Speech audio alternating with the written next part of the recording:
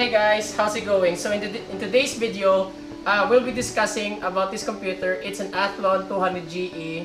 So ang specs po ito is AMD Athlon 200GE, clock at 3.2 GHz, and then 8 GB na DDR4, one stick lang and also 120 GB na SSD and 160 GB na hard drive. So if you notice, na 8 GB lang siya na one stick.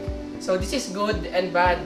Kasi if you're planning to upgrade to a total of 16 GB na RAM, na okay lang, you can buy another 8 GB na stick, pero make sure lang na same clock speed sila.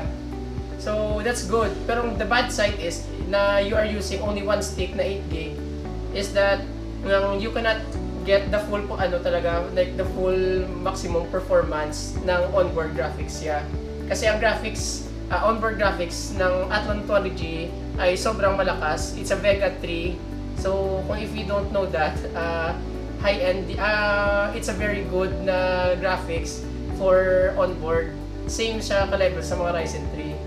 Pero, of course, mas malakas ang Ryzen 3 and Ryzen 5. And also, usually, ganitong setup mga package ng binibenta. Usually, binili ito namin sa PC REM. This costs around 12,000 pesos. I'll upload the picture ng receipt. Meron itong monitor, keyboard and mouse, plus the CPU, and then hindi included ang AVR. So all of this costs 12,000 pesos na. May Windows na and everything, may Microsoft Office. And that's it. So usually package to.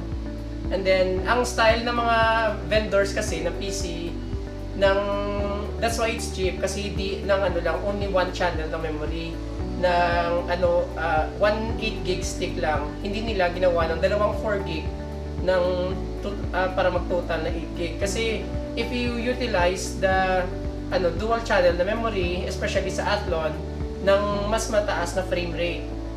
And later I'll show you the result ng mga games. We'll be testing Rules of Survival, Crossfire, CS:GO, Dota 2, and try namin sanang Valorant kaso may mga problem and marami pang di pa namin alam kung paano i-fix, pero maybe a quick update can fix it. So I'll just post sa another future video about Valorant na tinetest namin dito. So if you notice, nang mababa lang ang frame rate ng mga games ito, pero pero not that bad, playable naman siya. Pero if you're using here dalawang stick na memory, like dalawang 4 gig or dalawang 8 gig, of course ang result natin mataas na FPS. So guys, without further ado, alam ko gusto nyo makita ang benchmarks ng mga